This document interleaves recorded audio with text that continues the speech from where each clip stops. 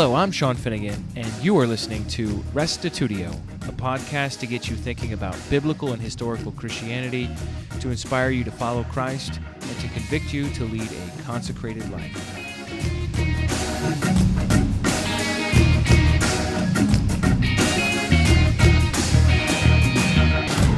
Here now is the story of Jeremy Bowders, who attended the 2017 Theological Conference, and after working as an upholsterer in a casket factory, participating in making over 200 caskets a day, he had this light bulb moment when he said, well, I guess one day I'm going to be in one of these boxes. I wonder what happens. And that sparked his journey that eventually led to him becoming a Christian and then discovering incredible truths about God and Jesus. So here now is podcast 91, Jeremy Bowders of Pennsylvania. Good afternoon, everyone. My name is Jeremy Bowders, and I'm from York, Pennsylvania. Came down here with my friend Danny Tanner, and this is our first time here at the conference. Myself, fairly new to the Unitarian faith, probably been accepting of this for probably a year and a half, 2 years, somewhere around those lines. I've been kind of wrestling through this, but I would consider, that I've come to an acceptance of this. So I'll begin at the beginning, as they say. I did not grow up in the church like I hear a lot of people say. I don't have fond memories of hymns and church traditions and those types of things. My parents were Christian. They are very active in their church today. They live in Mississippi, Southern Baptist. But, I went to church a handful of times growing up as a child. I do, as far as I can tell, always have had a belief that God existed. I always had that. And sort of the nominal understanding of the Christian faith as far as a civic religion in America. So, I had a very good upbringing in my family, loving. I left home and joined the military, actually, and wasn't a Christian at the time, and fortunately didn't have to participate in any active wars at the time. I was at the middle and the end of the 90s. Left there, met my wife today in about 2000, 2001, in that time frame. We got married in 2002. I was a pretty average, law-abiding, hardworking citizen that believed in God, had a moral constitution about me. In 2004, end of 2003, in that time frame, I had what I would call my conversion experience. It was a series of events that kind of happened in my life. I was working in a casket factory at the time for roughly 4 years. I upholstered the inside of caskets. 233 of them went past me every day. And got pretty good at that. I enjoyed it. It was good hard work, and I liked that. Worked a lot of long hours. But one day, I started to reflect on the fact that I would be in one day. And I started to think about that, and I said to myself, from this moment until that time, what's it all matter? Is it just about working to earn a paycheck to pay my rent and on, and then I'll die? So I said, there has to be something bigger than that. And I said, because if that's it, then I should just leave the job and just do what I want. Just don't get caught by the authorities. I'll be dead, and then it'll be over. But I always kept coming back to the God idea. I would probably be in trouble by God. So I couldn't get rid of that idea. And so I was contemplating these things, and at the same time, a friend at the same job asked me at lunch one day if I believed in God, and I said, sure, I do. And then he asked me a second question. He wasn't trying to be funny. He wasn't trying to evangelize me. He was actually on his own spiritual journey at the time. He said, well, who do you think God is? And that struck me. That was the most powerful question anyone's ever asked me, because I didn't know how to answer it. So I answered in the negative. I said, well, I know God isn't an old man with a beard sitting on a cloud. I know God's not that, but that was all I knew.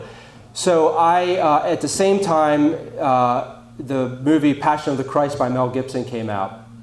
And I said, here we go, another Jesus freak movie, which is kind of weird for me to say, as if they're oppressing me. But I ended up a week or two later in this movie. I still don't know how I got there, but I was there. After I watched that movie, that again struck me. That really affected me, like it did many people.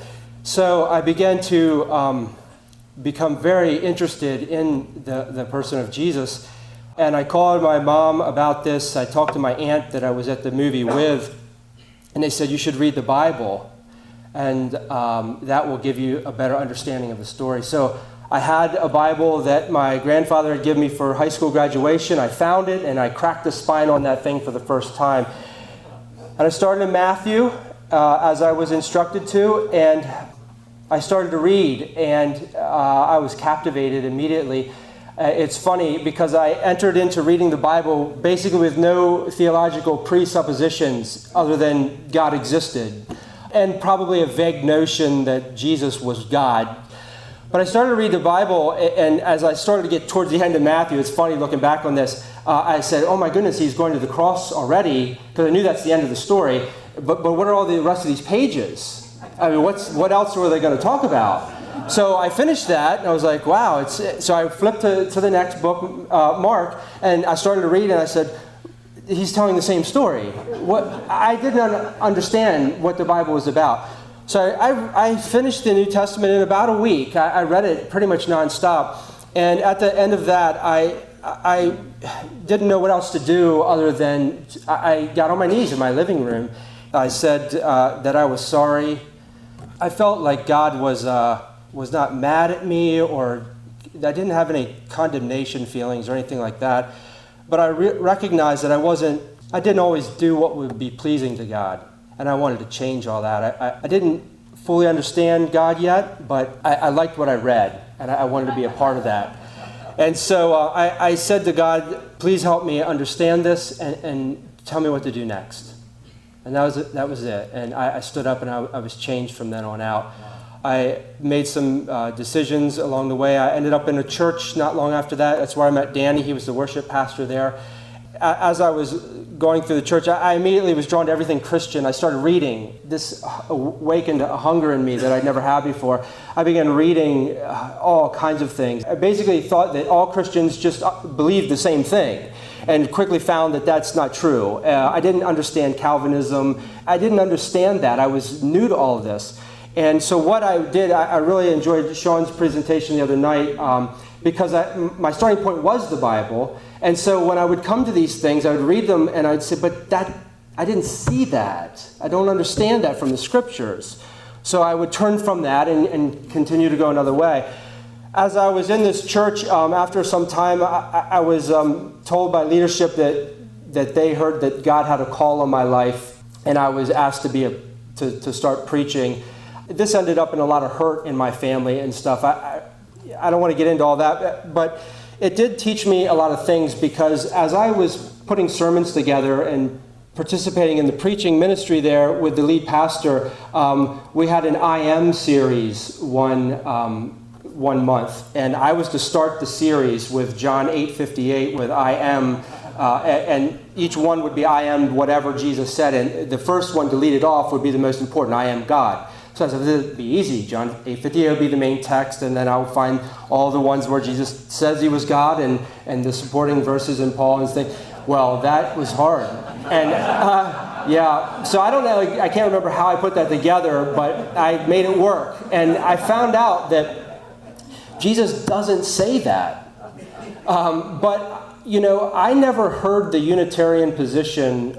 Somebody mentioned about the commentaries. Find me one that offers those arguments. And I can agree with that. I didn't know that was an option.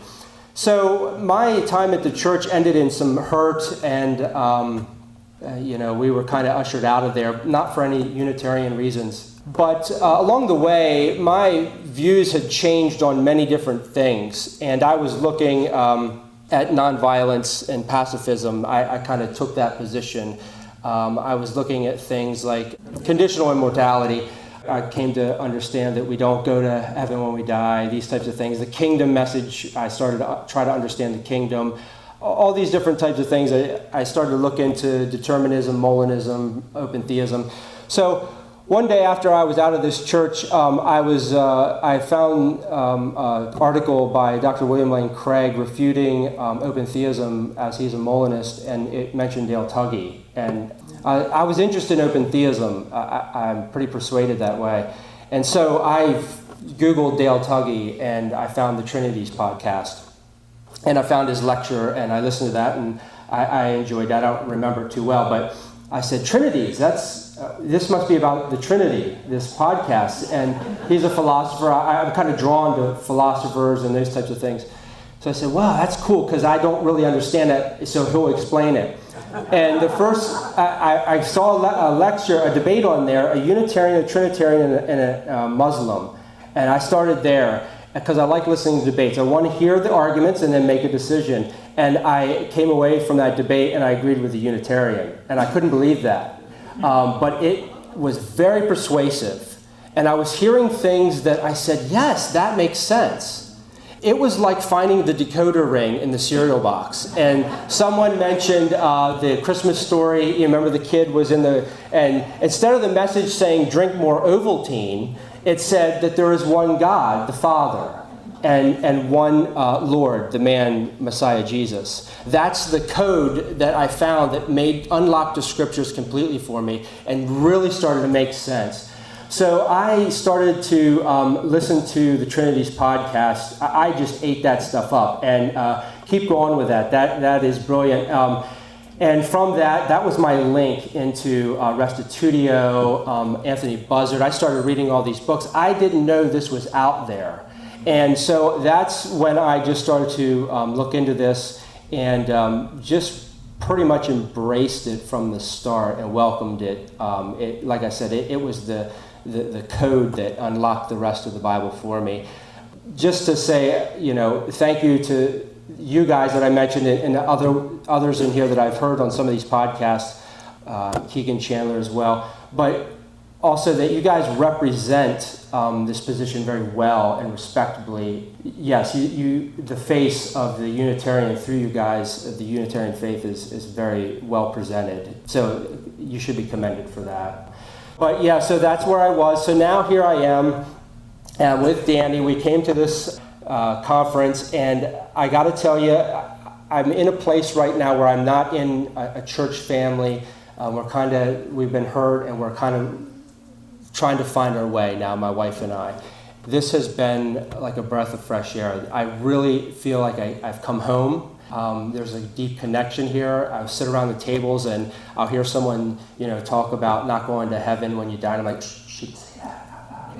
Oh, we can talk about these things here. Because I've been keeping this stuff suppressed for a while around everything else. So I'm very appreciative to be here. We're trying to make plans already to come back next year. And I thank you, everyone who's been participating in the books and the writings and everything. We're eating it up. You're doing it well. Thank you. And that's pretty much it. Thank you.